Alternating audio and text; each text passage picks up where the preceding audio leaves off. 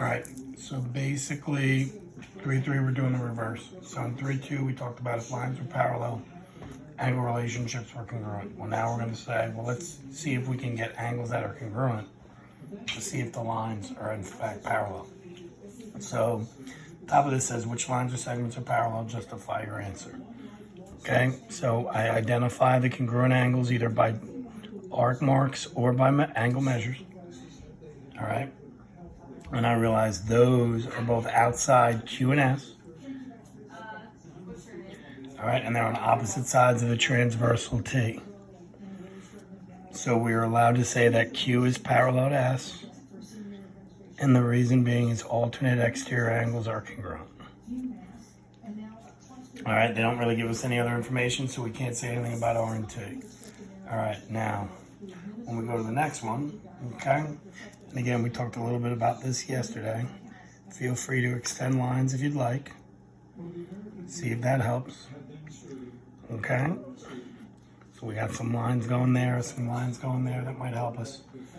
All right, if we look at these two lines, and we think of a transversal, now we have those are congruent. All right, so that seems to be on BC, that seems to be on DE. So we can say segment BC, oh, I gotta get it in range. BC is parallel to DE.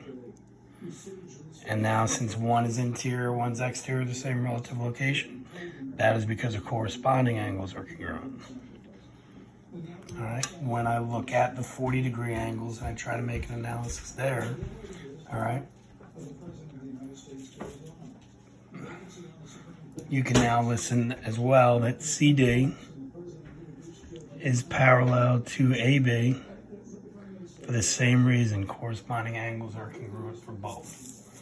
When I look at 3, now I can right away, I don't need any measurements, QJ is parallel to MN. The reason being, they tell us, it's given to us, the arrows. Same thing up top. And we can pick any letters for the ones on top. I'm gonna go with the interior letters, so I'm gonna say KL is parallel to OP.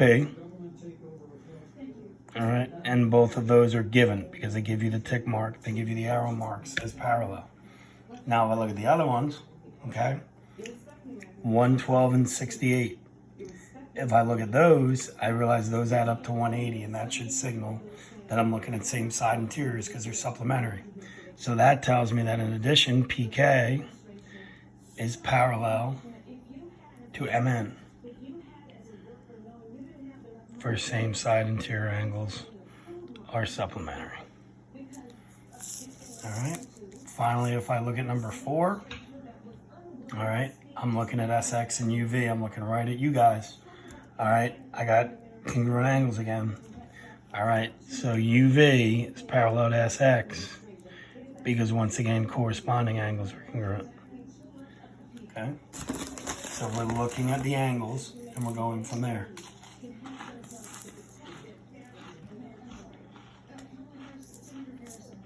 All right, so now I'm looking at the diagram. I'm gonna make it too small. We know one's congruent to 2 because they're vertical. Okay, now what they tell me is 1 is supplementary to 4. Okay, so 3 and 4 are verticals, 1 and 2 are verticals, so they're gonna be congruent. So something tells me I'm gonna use substitution. So now I look at the proof.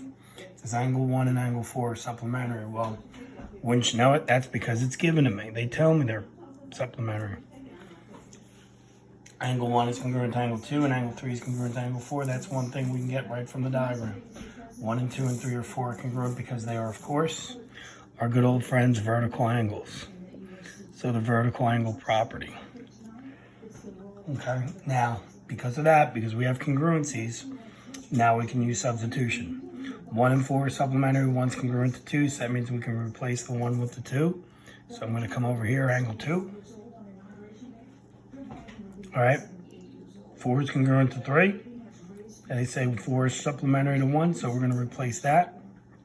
All right, so angle 2 and angle 3 are supplementary.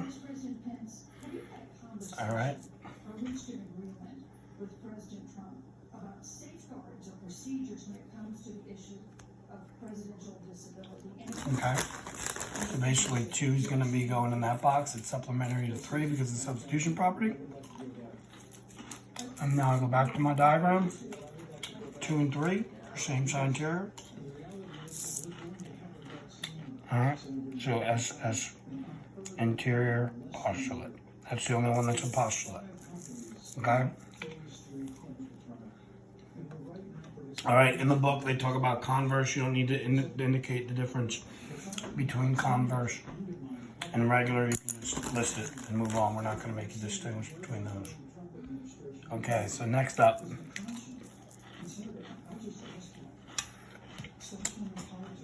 Mrs. Jensen made a quilt for her nephew. The pattern for one block is shown at the right. 1 is 60 and 2 is 115 are the 2 gray strips of fabric parallel. So 1 is 60 and 2 is 115. Well, they're in the location of same side interiors.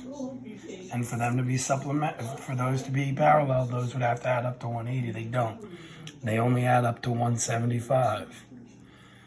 All right, they only add up to 175. Therefore, no, we cannot conclude that they're parallel. In fact, we can conclude that they're not parallel.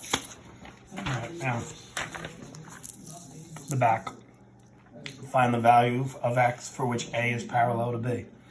Okay, now once again, we're not being asked to justify, it's an algebraic. So just identify what they are. X plus 72 is interior, 65 is interior, 1's acute, 1's obtuse.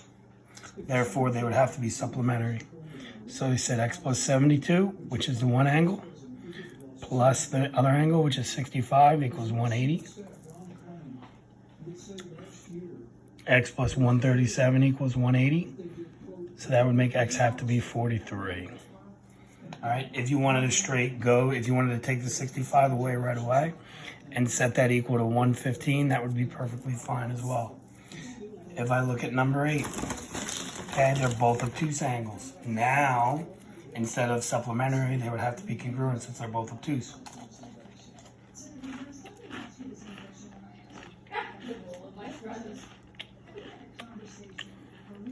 So I'd have to set them equal to each other. I would get rid of the minus 17 and divide by 6. 143 minus 17 is 126. 126 divided by 6 is 21, so x is 21. All right, number 9. Again, they're going to be corresponding angles, so they would have to be congruent. So I'm going to set 8x minus 14 equal to 7x plus 2. I'm going to bring that over x, bring that over, 16. And if I needed to, I could plug them back in. 7 times 16 is 112. 112 plus 2 is 114. 8 times 16 is 128. 128 minus 14 is also 114.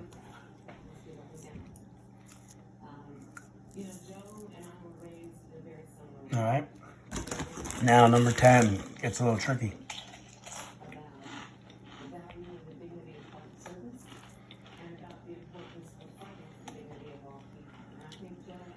So they're saying this angle is 6x, that one's 3x, that one's 12x. Okay? If this one is 3x, so this one would also be 3x.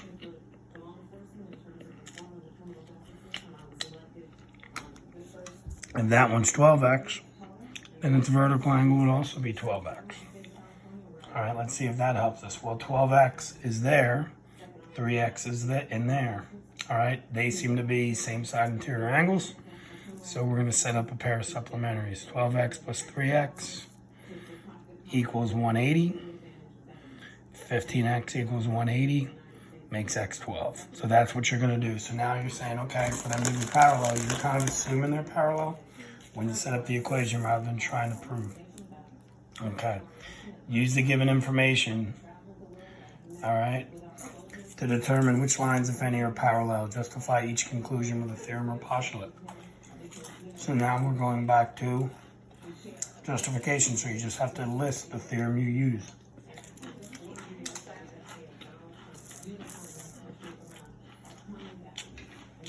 So number 11 says angle 8 is supplementary to angle 9.